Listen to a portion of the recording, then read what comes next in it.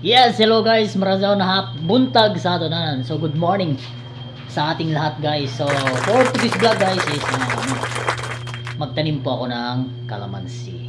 Yon. Nabili ko sa yung naglako sa halagang 70,000 pesos. Sana all. So, hindi, joke lang. 70 pesos lang guys. So kalamansi. So ikaw na nakapanood ng video na to guys, huwag mong kalimutan mag-subscribe sa aking munting YouTube channel guys. Nako, hi nga po pala sa mga OFW natin dyan, nasa Dubai, France, Italy, Singapore, yun, Taiwan.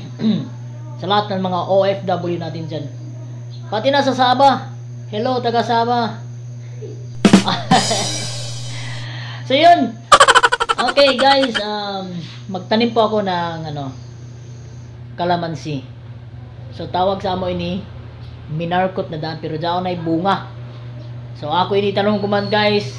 So asaw pagkalimti pag-subscribe sa ako munting YouTube channel, i-click ang subscribe button o ang bell button, i-all na dayon para always mo makapanood sa ako mga latest na mga video. Yan, click lang, pabutin natin ng 1 million subscribers, no?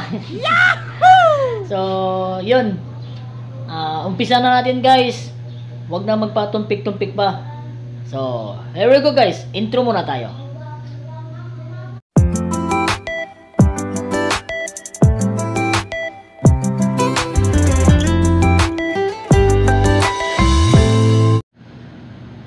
So guys, ininaan taglawon ko sa ijo.